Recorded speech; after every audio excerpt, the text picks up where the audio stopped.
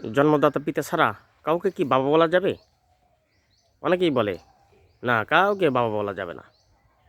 আমি জিজ্ঞাসা করিলাম, আপনার শ্বশুর আপনার কি হয়? তখন বলে বাবা। আপনার বাবার বড় ভাই আপনার কি হয়? বলে বড় আব্বা।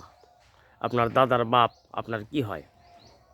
তখন বলে বুড়া বাপ। আদি পিতা আদম আলাইহিস সালাম আপনার কি হয়? বলে সমস্ত মানব জাতির পিতা। হজরত ইব্রাহিম খলিলুল্লাহ আপনার কি হয়? বলে সমস্ত মানব জাতির পিতা। আপনার ছেলেকে আপনি কয়বার বাবা বলেন? বলে অনেকবার, অসংখ্যবার বাবা বলি, আব্বু বলি। বাবার বয়সী কাউকে ব্যথা দিয়ে থাকলে, কারো কাছে ভুল করে থাকলে তাকে বলা হয় বাবা, ভুল হয়ে গেছে, মাফ করে দেন। এতগুলো বাবা থাকা সত্ত্বেও মাওলানা শিখাইতেছে কাউকে বাবা বলা যাবে না। উদ্দেশ্য হইতেছে আপনি কোনো যেন অলি আল্লাহকে বাবা না বলতে পারেন।